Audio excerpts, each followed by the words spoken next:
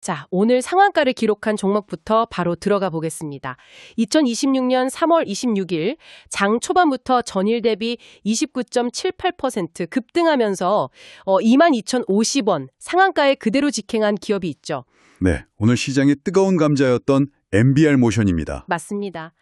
오늘은 단순한 시황방송이 아닙니다. 청취자 여러분께 이 회사의 펀더멘털 내부에 어떤 거대한 지각 변동이 일어나고 있는지 철저하게 수치와 팩트 기반으로 심층 분석을 해보겠습니다.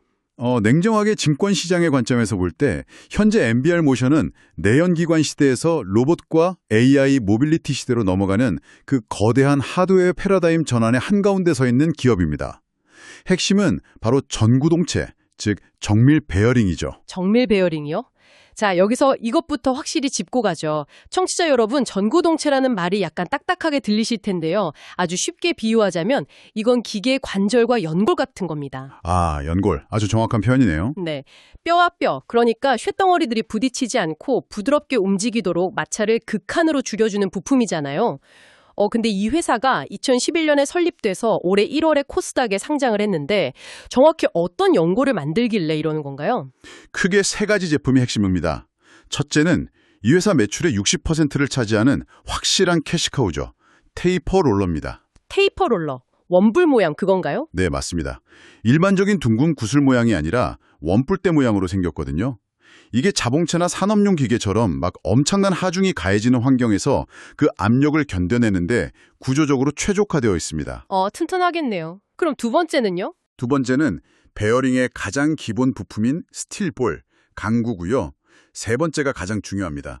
시장이 이 기업의 밸류에이션을 완전히 다르게 평가하게 만든 신사업, 바로 세라믹볼입니다. 세라믹볼이요?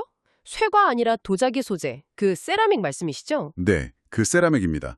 요즘 전기차 모터는 예전 내연기관 엔진하고는 비교도 안 될 정도로 엄청난 고속 회전을 하잖아요. 당연히 마찰열이 엄청나겠네요. 그렇죠. 기존 스틸볼은 그 고열과 고속을 견디는데 한계가 뚜렷합니다. 그런데 특수 소재인 세라믹볼은 쇠보다 훨씬 가볍고 열에 강하고 마모도 거의 안 되거든요.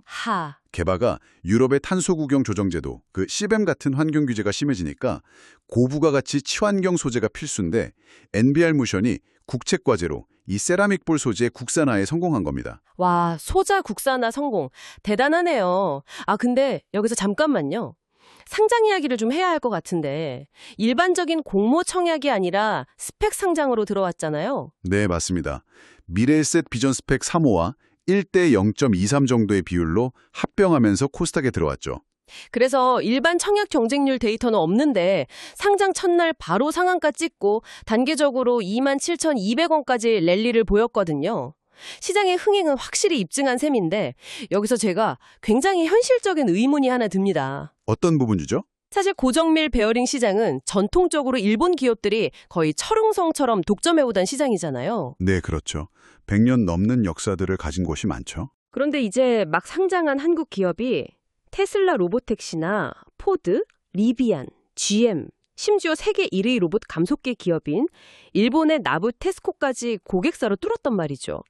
아니, 그 거대한 기업들이 왜 굳이 증명된 일본 제품 놔두고 이 신생기업 부품을 쓰는 겁니까? 이 부분에서 우리가 주목해야 할 점은 바로 탈일본화, 즉 글로벌 밸류체인의 공급망 다변화 니즈입니다. 이걸 MBR 모션이 아주 정확하게 파고들었어요. 공급망 다변화요? 네, 먼저 기술력부터 보면 MBR 모션이 초정밀 기술인 G5 등급의 국산화에 성공했습니다. G5 등급이 어느 정도 정밀도인가요? 머리카락 굴피의 수백 분의 1 오차도 허용하지 않는 가장 높은 정밀도와 고내열성을 요구하는 하이엔드급입니다. 국내 최초로 이 양산에 성공하면서 강력한 진입장벽을 쳤죠. 그렇군요. 그럼 일본 최상위 기업과 기술적 단차가 아예 없어진 거네요? 정확합니다. 게다가 이 회사는 설계부터 특수 소재 가공, 열 처리까지 전 공정을 100% 내재화해서 자체 공장에서 소화합니다. 100% 내재화. 그럼 품질 관리도 편하고 원가 경쟁력도 생기겠네요. 네, 글로벌 고객사들 입장에서는 일본에만 너무 의존하다가 공급망이 끊기면 큰일 나니까 대안을 찾고 있었는데 기술력은 똑같으면서도 대응은 빠르고 가격은 합리적인 완벽한 대안 공급사가 등장한 겁니다. 심지어 제가 자료를 보니까 일본 3대 베어링 메이저 중 하나인 NSK조차도 NBR 모션 부품으로 하이브리드 차량용 양산 테스트를 하고 있다면서요? 맞습니다. 경쟁사이자 잠재 고객사인 NSK의 까다로운 품질 평가를 통과하고 아예 그들의 공급망 깊숙한 곳까지 침투하는 전략을 쓰고 있는 거죠. 비교해 보십시오. NBR 모션의 직접 경쟁사가 일본의 츠바키 나카시마잖아요. 네, 1930년대에 설립돼서 세라믹볼 세계 최고 점유율을 가진 절대 강자죠. 근데 2025년 기준 매출을 보면 츠바키 나카시마가 약 6,285억 원, NBR 모션이 631억 원입니다. 매출이 딱 10배 차이가 나거든요. 10배 차이죠? 그런데 오늘 상한가 기준으로 시가총액을 보면 일본 츠바키 나카시마가 약 1,060억 원, NBR 모션이 약 1,768억 원입니다. 아니, 매출이 10분의 1인 한국 기업이 어떻게 100년 역사의 1위 기업보다 시총이 더 클 수가 있나요? 그 이유가 바로 PBR, 주가 순자산 비율에 있습니다. 현재 NBR 모션의 PBR은 5.1배인데 츠바키 나카시마는 겨우 0.31배에 불과하거든요. 0.31배면 사실상 회사가 가지고 있는 장부상 가치보다도 주가가 훨씬 싸다는 건데 왜 이렇게 쪼그라든 겁니까? 아주 치명적인 사건이 있었습니다. 2024년에 츠바키 나카시마에서 초정밀 부품 품질 조작 스캔들이 터졌어요. 헉, 데이터 조작이요? 네, 우주항공, 반도체 진공펌프, 전기차에 들어가는 부품들은 아주 미세한 결함 하나가 시스템 전체를 망가뜨리잖아요. 그런데 100년 된 세계 1위 기업이 데이터를 속였다. 이건 단순히 불량품 문제가 아니라 시장의 신뢰 자체가 붕괴된 겁니다. 아, 그래서 고객사들이 대거 이탈했군요. 맞습니다. 그 여파로 2025년에 츠바키 나카시마는 무려 2천억 원 규모의 끔찍한 영업 적자를 기록했습니다. 와, 2천억 원 적자. 시장이 판단하기에 이 기업의 펀더멘털은 무너졌다고 본 거죠. 반면에 그 거대한 시장의 빈자리를 완벽한 품질과 내재와 역량을 갖춘 NBR 모션이 고스란히 흡수할 수 있다는 강력한 기대감이 지금의 프리미엄을 정당화하고 있는 겁니다. 테슬라 같은 글로벌 완성차 입장에서는 완전 발등에 불이 떨어졌는데 마침 한국에 완벽한 대안이 있었던 거네요? 그렇죠. 대안을 넘어선 필수 대체제로 부상한 겁니다. 그런데 전문가님, 청취자분들이 이 회사의 재무제표를 직접 열어보시면 약간 의아해하실 수도 있어요. 2025년 매출이 631억 원인데 전사 영업이익 자체는 여전히 마이너스 39억 원, 적자잖아요. 네, 장부상 영업이익은 적자가 맞습니다. 그런데 그 이면의 현금 흐름을 자세히 보셔야 합니다. 공정 개선하고 원가 효율화하면서 작년에 이미 매출 총이익은 8.4억 원으로 흑자 전환에 성공했거든요. 그럼 왜 영업이익은 마이너스인 거죠? 판관비, 즉 판매비와 관리비가 41억 원 정도 발생하면서 선반영된 탓입니다. 여기서 우리가 진짜로 주목해야 할 숫자는 영업활동 현금 흐름이에요. 아, 실제로 장사에서 통장에 들어온 현금이요? 네, 2024년에 마이너스 47.8억 원이던 현금 흐름이 2025년에는 플러스 69억 원으로 대폭 흑자 전환했습니다. 오, 장부상으로는 적자인데 회사 금고에는 현금이 69억이나 꽂혔다는 뜻이네요. 그렇죠. 게다가 스펙 합병하면서 현금성 자산도 116.8억 원이나 아주 넉넉하게 확보해둔 상태고요. 기업의 체력이 엄청나게 좋아진 겁니다. 좋네요. 현금으로 우수한 건 확인이 됐는데 그럼 이제 앞으로 수주받은 물량들, 그 테슬라, 포드, 아우디 물량들을 다 쳐낼 수 있는 생산 능력, 캐파가 충분하냐가 문제겠네요. 현재 밀양 공장의 인프라를 보면 스틸볼은 연간 5,400톤, 주력인 테이퍼롤러는 연간 16억 개를 만들어낼 수 있습니다. 금액으로 따지면 약 1,000억 원 규모의 대규모 인프라죠. 1,000억 원이요? 지금 가동률은 어느 정도 되나요? 로봇이나 전기차 쪽 수요가 막 터지면서 기존의 70% 수준이던 가동률이 최근 90%까지 급상승했습니다. 여기서 바로 장치 산업의 핵심인 영업 레버리지 효과가 폭발하기 시작하는 거죠. 영업 레버리지 효과, 이거 참 중요한 개념인데 청취자 여러분을 위해 조금만 더 쉽게 풀어서 설명해 주시겠어요? 네, 공장을 돌리는 장치 산업은 기계값이나 인건비처럼 무조건 나가는 고정비가 엄청나거든요. 가동률이 낮을 땐 물건을 팔아도 고정비 메꾸느라 적자가 납니다. 그렇죠. 그런데 가동률이 쭉 올라가서 손익분기점을 딱 넘는 순간 고정비는 이미 다 뽑았기 때문에 추가로 파는 물건의 마진은 거의 그대로 영업이익에 또 치게 됩니다.